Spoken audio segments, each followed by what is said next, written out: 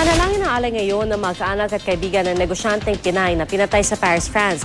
Hangad nila ngayon ay hustisya. Balita natin ni Sherian Torres.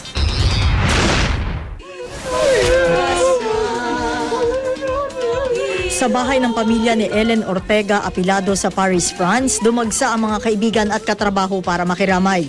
Si Apilado ay natagpo ang patay nitong Biyernes. Hindi ako makapaniwala sa nangyari.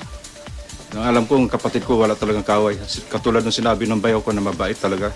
Isang araw matapos ang religious service. Hindi hininda ng mga kaibigan ni Ellen ang matinding lamig.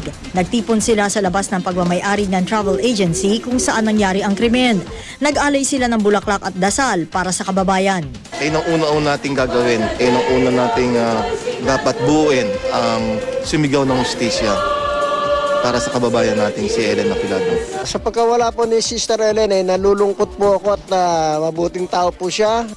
Sa investigasyon, lumalabas na ginilitan si Ellen. Tadtad din siya ng saksak ng matagpuan. Sherian Torres, GMA News.